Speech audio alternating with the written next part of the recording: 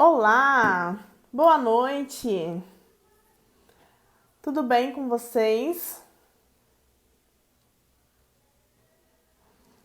Pois bem, vamos aí para mais um bate-papo aqui no Instituto de Desenho Instrucional. Hoje nós vamos tratar de um assunto importantíssimo, com uma convidada super gabaritada e um assunto que não poderia ser mais oportuno nesse momento, né? Então, nós vamos conversar sobre formação de adultos, as novas possibilidades e oportunidades no aperfeiçoamento de professores. Bom, o professor, né, as professoras, enfim, eles são peça fundamental, peça-chave na educação, né? Tem local de destaque garantido, seja compartilhando conhecimento, seja atuando como conteudista, seja atuando como mediador presencial, ambientes híbridos ou ambiente 100% online, seja atuando como curador de conteúdos, como tutor, como designer instrucional, né? Que acho que essa é uma persona que cada vez está sendo incorporada mais pelos professores. E, enfim, né? Para tantos papéis e com tamanha importância, a formação desse profissional, né, do professor, é condição sine qua non, indispensável para o bom desempenho da execução dessas atividades e, obviamente, a educação agradece, né? Falar de professor nesse momento, né, é impossível, nesse contexto de educação, não falar da formação do professor e nas mil novas demandas que eles estão executando nos últimos meses e para que possam manter aí os processos de ensino e aprendizagem, né? Então eu quero convidar a Maíra Tangerino para bater um papo conosco. Ela é uma super profissional, né? Consultora educacional, formadora da nova escola, conteudista e também aqui autora, educadora, pós-graduanda aqui no Instituto de Desenho Instrucional, na pós de DI, e com certeza tem muito a compartilhar conosco. Vamos aguardar a Maíra aceitar aqui o convite para participar conosco.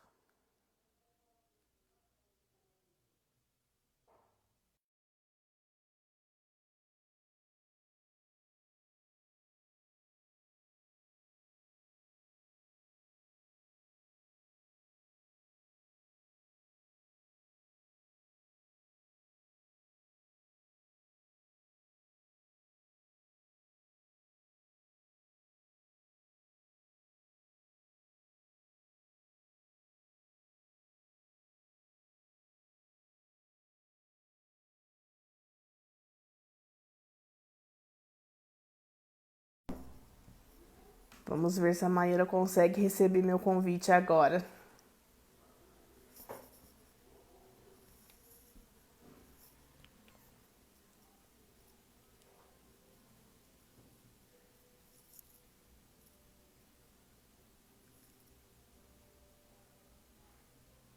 Maíra, se você estiver online, manda um convite aqui para mim, por favor.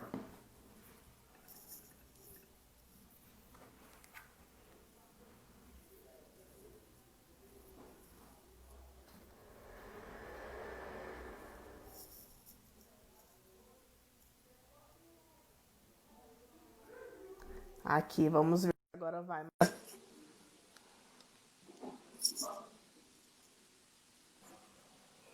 Agora foi. Demorou um pouquinho para aparecer aqui. Ah, que bom. Mas agora estamos te ouvindo bem. Tudo bem, Maíra? Tudo bem, professora? E você? Chama de Tudo bom. professora, né? Porque eu sou só aluna. Ah, todos nós estamos aqui hoje para aprender com todo mundo, né, Maíra? Eu falei um pouco da sua experiência e do seu know-how aí com relação à formação de professores, à consultoria educacional. E quando a gente chegou nesse assunto, né, eu achei muito oportuno de ser um bate-papo no dia de hoje, ainda mais que saiu aquela portaria do MEC 544, que dá uma esticada nas possibilidades aí das aulas remotas até o final do ano. Então, nesse cenário todo, temos aí os professores desenvolvendo um monte de novas atividades ou reforçando positivamente as atividades que já haviam sido desenvolvidas. E aí, nesse contexto, acho que a primeira inquietação é entender sobre formação continuada e sobre a importância da formação continuada para esse profissional. Bom, eu acho que nesse momento que a gente está vivendo, né, acho que nunca foi tão colocada à prova, né, a necessidade da formação e principalmente da formação dos professores, né? Tem muito professor que é incrível de todas as maneiras, em todos os lugares, mas eu acho que foi um desafio para todos eles se adaptar nesse momento que a gente está vivendo mais online, né? Que as atividades são mais online e principalmente, né? Acho que entender esse duplo papel, que é se formar à distância e também formar à distância, né? Porque são duas coisas que, embora elas sejam diferentes, elas são complemento, né? Porque vai depender muito da base que esse professor teve na formação dele com boas experiências online, né? Sim, e nesse cenário, eu acho que é um duplo. Na verdade, está todo mundo fora, meio que fora da zona de conforto, né? O professor que de repente está super habituado com a sala de aula presencial, tendo agora que de repente compartilhar à distância, e também o aluno que também está de repente habituado com outra modalidade, também tendo que acionar o professor e interagir com esse professor de maneira à distância, né? Então, acredito que nesse cenário a formação desse profissional é condição importantíssima, né? Para poder alinhar aí as expectativas e as novas competências, né? A formação, ela sempre foi, né, um assunto muito que sempre rendeu muito fruto, né, na área da educação, principalmente para os professores. E eu acho que nesse momento tem mostrado o quanto esse profissional que ele faz coisas incríveis, ele é incrível, mas ele também precisa buscar, né, estruturas de formação que garantam para ele exatamente essa segurança. Porque ele está falando, né, com um aluno que está se acostumando com o ambiente online e, ao mesmo tempo, ele está falando com ele mesmo, né? Eu tenho atuado muito aí na formação dos professores nesse período, principalmente com ferramentas, né, para eles poderem usar tanto nas aulas síncronas quanto assíncronas aí com os alunos. E eles falam que essa é uma grande angústia deles, principalmente para entender o engajamento. E às vezes eu falo que o professor, ele também está se questionando do próprio engajamento dele nesse momento, né? E o quanto ele precisa de tranquilidade para entender que o aprendizado ele acontece, né? Presencialmente ele acontece, online ele acontece, mas é que ele sempre tem que buscar aquele curso que é objetivo, né? Se ele tem necessidade de uma ferramenta, ele precisa ser objetivo na busca dele, né? Eu sempre dou o exemplo assim, não adianta você fazer um curso de confeitaria se você precisa consertar sua pia, né? São duas coisas totalmente diferentes, né, na vida. E nesse contexto, né, da busca do professor por ações de formação, né, no geral, o que caracteriza para esse professor uma boa formação para adultos? Eu acho que, primeiro de tudo, né, é sempre procurar quais são os objetivos que o curso está te oferecendo, né? Eu falo isso até porque essa foi a minha escolha pelo Instituto de Desenho Instrucional, né? Que quando eu li ali, né, os objetivos, eu entendi, olha, realmente esse curso está direcionado para aquilo que eu quero, para aquilo que eu estou buscando. E entender que a formação, ela não é um fim em si. Quando você procura fazer um aperfeiçoamento, na verdade, você depois vai buscar outro, e depois outro, e depois outro. E isso não é, na verdade, uma falta, né? Pelo contrário, é um complemento ao longo da vida, né? A gente tem que superar, e acho que a gente está superando muito aquela ideia de que eu fiz a faculdade e pronto. Parei, né? Agora eu posso ficar tranquilo, acabou. E não é assim, né? Principalmente num mundo, né, em que tem descoberta nova todo dia. Inclusive as leis, né? A gente começou falando da portaria do MEC, né, que regulamentou a distância até o fim do ano para os cursos de educação superior. Até as leis, elas estão se repensando. E é uma necessidade desse tempo, né? Dessa realidade, dessa sociedade, pensar nisso. E claro, vai ter suas questões, mas de outra forma também é muito bom, né? Porque Sim. quando a gente. Eu sempre lembro assim, aquele exemplo, né? Você vai no médico, o médico fala que você tá com virose. Você vai no médico e fala que você tá com virose. Pode ser que esse médico ele teve uma formação muito boa para identificar algumas coisas, mas não foi formado com a empatia de ouvir o paciente, porque as doenças também elas vão mudando, né, ao longo do tempo. As pessoas vão ficando doentes de coisas diferentes, né? Tá aí o Aham. Covid para Né? provar isso.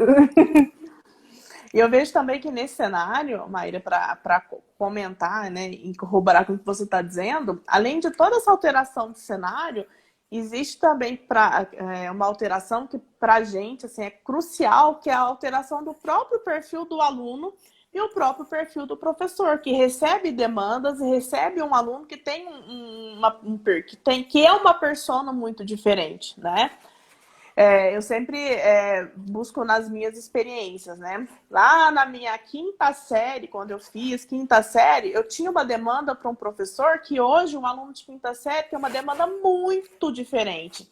Então, à medida que vão mudando as leis, a sociedade, os meios de comunicação, as novas tecnologias, isso vai moldando também um perfil de público-alvo de aluno e moldando também uma demanda para o professor que é cada vez mais específica, né? Exatamente. Eu estava até pensando, né, quando a gente começou a conversar, né, sobre esse bate-papo, a gente falou aí um pouco sobre ele, que de fato, né, as demandas elas são diferentes. E o professor, ele precisa ir entendendo também que formar uma pessoa competente significa trazê-la para o próprio reconhecimento das habilidades que ela tem. E o aluno ele quer se sentir competente hoje, né? Ele, tudo bem, se você der uma tabuada para ele decorar, ele até decora. Mas eles fazem isso em 2, 3 dias e depois eles querem outras coisas. Para que eu uso essa tabuada? O que eu vou fazer com isso? O que isso tem de benefício para mim, né? Então, de certa forma, é bom que o professor também entenda que ele precisa caminhar nesse sentido, né? Que fazer uma pessoa ser competente em alguma coisa demanda entender quais habilidades que essa pessoa já possui, quais que ela quer construir para ela chegar nessa competência, né? Que todo mundo quer, né? Ser Né? competente em alguma coisa. Eu acho que é entender o quão significativas as formações podem ser, né? Para além do inglês ver, para além daquilo que eu preciso cumprir em termos de tópicos, subtópicos e emendas, entender como é que o professor pode compartilhar as informações justamente para fazer o aluno dele, para colaborar com o processo de autodesenvolvimento do aluno em termos dessas competências, né? E aí eu vejo que existe aí uma grande inquietação em torno dessa discussão do que é significativo, né? E como tornar aquilo significativo, né? Na outra semana nós tivemos um bate-papo aí com o professor Nicolas sobre neurolearning, sobre neurociência, sobre cérebro, aprendizagem.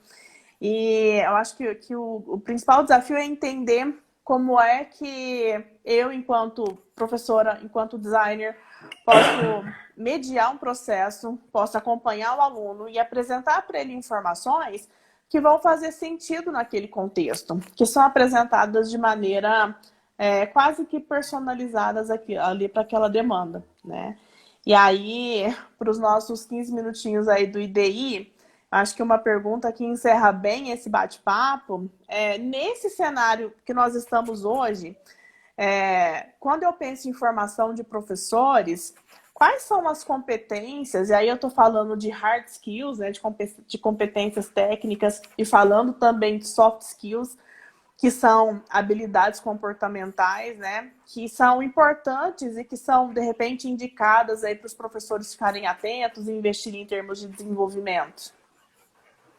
Eu acho que primeiro de tudo, né, esse professor tem que tomar consciência que a tecnologia ela tem um lugar na vida dele, né?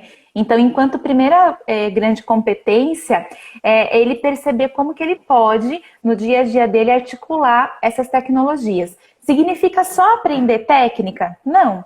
Né? Significa entender que o mundo da tecnologia, ele muda. O que hoje, o Instagram hoje é febre, amanhã pode ser que não seja mais, né? E tudo bem, faz parte da construção da ferramenta. Nesse sentido, né, eu acho que ele também precisa preparar o aluno dele para o mundo que vai mudando, né?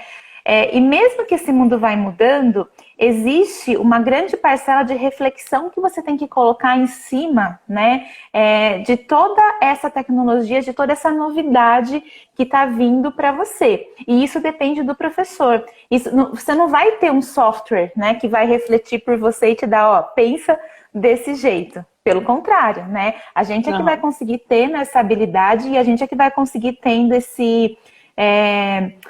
eu acho que essa é uma competência emocional mesmo, né? De ensinar o aluno a lidar com isso, ao mesmo tempo também que a gente consegue lidar, né? Claro, saber usar as ferramentas é muito importante, mas ele não precisa sair pegando todas as ferramentas que ele acha que ele tem que usar. Tem professor que consegue dar aula pelo WhatsApp. E ok, né? O objetivo em si da aula, ele não morreu, ele tá ali, né? Se ele tá conseguindo engajar o grupo, se o grupo tem aquele acesso e é por ali que vai, perfeito, né? Então, ele pode seguir por esse caminho. Só que se o grupo, de repente, está pensando em outros tipos de ferramenta, ele pode buscar, né? E entender que a docência, ela necessariamente é esse espaço de troca, né? Como Sim. hoje, né? É uma troca de professor para professor, de professora para aluna, de aluna para outros alunos, né? E isso a gente precisa ir treinando dentro da gente, né? Porque não é assim, eu nasci antissocial e vou ser para sempre. Não, né? Em certa medida você vai se relacionar com aquilo que faz sentido, aquilo que tem significado para você, mas é exatamente nessa troca que você vai se fortalecer também. E é um desafio, né? Quando a gente se dedica à construção dessas competências, né? Você falou uma coisa muito importante, não é sair por aí fazendo cursos e ações de formação sobre todas as ferramentas possíveis e imagináveis. Eu acho que o primeiro passo é entender aquilo que você realmente precisa e o que realmente é significativo e importante para você naquele momento, né? Então, é bem um desafio que é diário, né? E Maíra, qual hoje, né? Eu acho que o que é o principal desafio aí da formação do professor? Num cenário que de repente ele está um pouco deslocado da sua rotina de trabalho e tudo mais, mas para a gente encerrar, eu queria que você, com a sua experiência, contasse um pouquinho para a gente dos obstáculos que o professor precisa de repente contornar para poder se capacitar, para poder desenhar uma aula que efetivamente vai tornar o aluno dele possível de se tornar cada dia mais competente. Eu acho que o primeiro grande estágio é se reinventar, né? No sentido de entender que formar para o conteúdo é uma coisa, né? E eu não estou nem colocando aqui no sentido de comparação, tá? Ok, se você quer formar para o conteúdo, né? Isso pode ser uma escolha, né? Da vida. Mas eu acho que é importante em algum momento você tentar entender o que é formar alguém a partir de habilidade, né? Porque quando você forma por habilidade, você está trazendo essa pessoa no lugar de competente, né? Sim. Talvez aí na sua trajetória de vida, né, na sua trajetória profissional, pode ser que você não se sentiu tão competente em algum momento. Mas eu acho que esse é o melhor momento, né, para a gente mostrar que a gente é competente, que a gente é capaz e que a gente consegue fazer. Principalmente porque a gente está falando de dividir essa coisa da habilidade, do ser capaz do se tornar. E isso a gente já tem, isso está dentro da gente. O que a gente tem que quebrar é esse esquema, né? Que às vezes a gente acha que o conteúdo ele é muito mais importante do que uma habilidade que a gente está formando. E quando você percebe que você formou para a habilidade, esse aluno ele vai conseguir buscar esse conteúdo, entender esse conteúdo, e aí é 3 segundos, né, para ele fazer. Então, acho que o maior desafio é se reinventar, mas se quebrar nesse paradigma mesmo. A gente vem, né, de uma história de ensino muito tradicional, Sim. mas talvez, né, o mundo e a história tá falando assim pra gente, olha, tá na hora de trocar aí, virar essa chavinha e mudar esse eixo. Tá passando da hora, né, Maíra? E olha, com essa sua frase final, eu quero primeiro te agradecer por ter vindo bater esse papo conosco. Eu tenho certeza que foi super significativo. E dizer que a gente tem muitos desdobramentos dessa sua última colocação, né? Desde o uso de metodologias ativas, desde o uso do processo de avaliação, desde o uso do planejamento das experiências de aprendizagem, inclusive falando em UX design. Então, é super significativo e tem desdobramento aí para todo lado. Muito Tem, eu obrigada agradeço por. o convite, viu? Eu que agradeço esse espaço e agradeço todo mundo aí que pegou um tempinho também para vir escutar esse bate-papo. Obrigada, Maíra. Tchau, tchau. Um beijo, tchau, tchau. Pessoal, então, nosso bate-papo de hoje foi esse com a Maíra. Espero que tenha sido significativo para vocês. Logo, logo nós nos encontraremos novamente com mais um convidado e mais uma proposta, tá bom? Obrigada, pessoal. Boa noite. Até mais.